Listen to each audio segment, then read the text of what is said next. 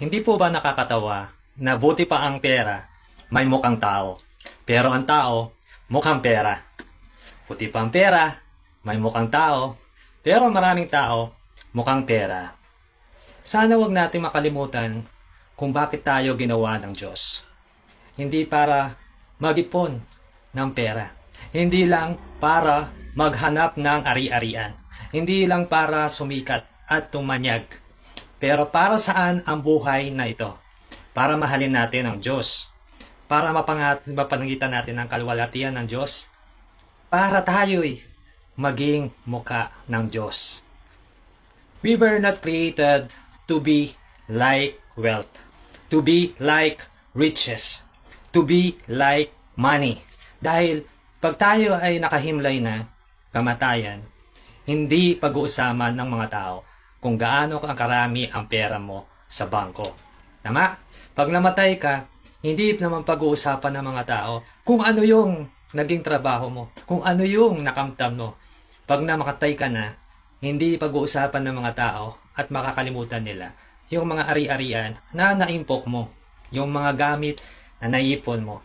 Ano yung maalala ng mga tao pag namalala ka na dito sa mundo? Yung ginawa mo, kung gaano ka kabait. Amen? Kung mapagmahal ka ba. Amen?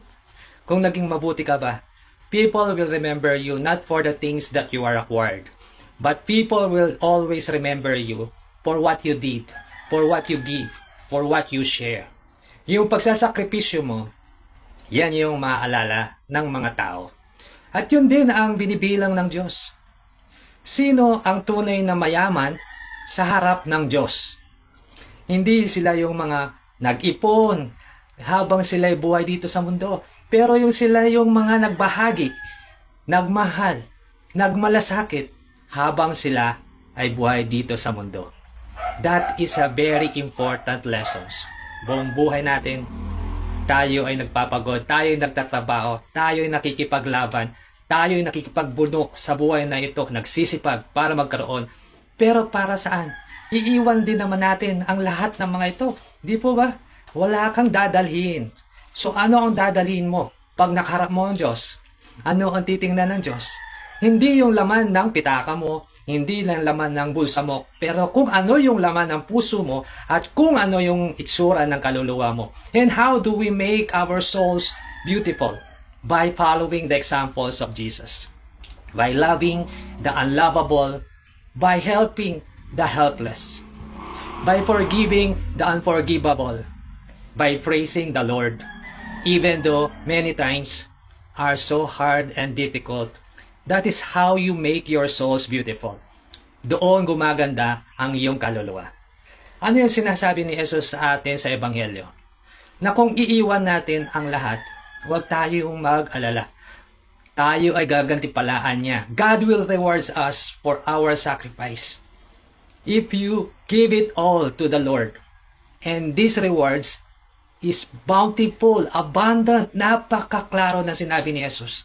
Umaapaw na gantimpala dito sa buhay na to hanggang sa susunod na buhay. Pero ito din ang paalala niya. Hindi ibig sabihin na ikaw ay bibiyayaan niya na mawawala ang iyong mga pagsubok. Kasama pa rin yung mga pagsubok, kasama pa rin yung problema, kasama pa rin yung suliranin. Pero mabuting mabalita, umaapaw ang grasya na pagkakaloob ng Diyos. So stop health and wealth to be having a power and riches. Start following Jesus and believe in the promise of Jesus. Because when Jesus promises, God fulfill. Yan yung mabuti. Yan yung maganda. So, pag nangako ang Diyos, tumutupad siya. Bakit hindi tayo maniniwala sa Kanya? Paalaala, huwag ka naman sana magbukang pera. Subukan mo, lumapit sa Diyos para makamukha mo at makawangis mo siya at para sa pagbibigay mo ng lahat ng sarili mo sa Kanya, tanggapin mo na umaapaw na grasya. Kung nagustuhan mo ang video na to, comment, like, and share mo na rin para mas maraming matuto. Follow for more. God bless.